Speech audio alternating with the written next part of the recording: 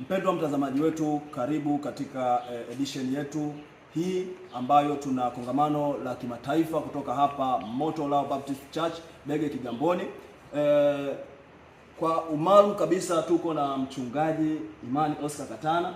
Karibu sana mchungaji kwa ajili ya mawili matatu kwa mtazamaji wetu kuhusu kongamano hili la kimataifa. Yes, ni kongamano la kimataifa na tunao watumishi wa Mungu Pastor Julius Malinda na Pastor Peter Rubia moja kwa moja kutoka Nairobi, Kenya. Wako ndani ya nyumba madhabahu ya Moto Ulao kwa ajili ya neno la Mungu, kwa ajili ya anointing, kwa ajili ya deliverance, na hii sio ya kukosa. Kama wewe ni kiongozi wa kanisa, ni mzee wa kanisa, ni mwenyekiti wa idara ya vijana, ni whoever unafanya kazi kwenye nyumba ya Mungu, lakini kama wewe ni pastor, siku ya Mei Mosi hiyo inakuhusu sana. Siku ya Mei Mosi na siku ya Jumamosi inakuhusu sana. Tutakuwa na semina asubuhi saa 3 mpaka saa 7. Na jioni tutakuwa na kongamano la watu wote, na bila shaka Mungu atajidhihirisha sana. Asante sana Pastor. Na theme ya kongamano letu hili ya kimataifa ni nini?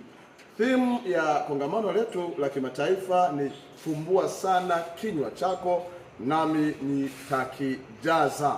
Fumbua sana kinywa chako. Unalohitaji lolote unataka Mungu akujaze, basi ni siku yako ya kuja. Na bila kusahau siku ya Jumamosi na siku ya Mei Mosi, ili mtu asipate shida, basi tutakuwa na chakula cha mchana.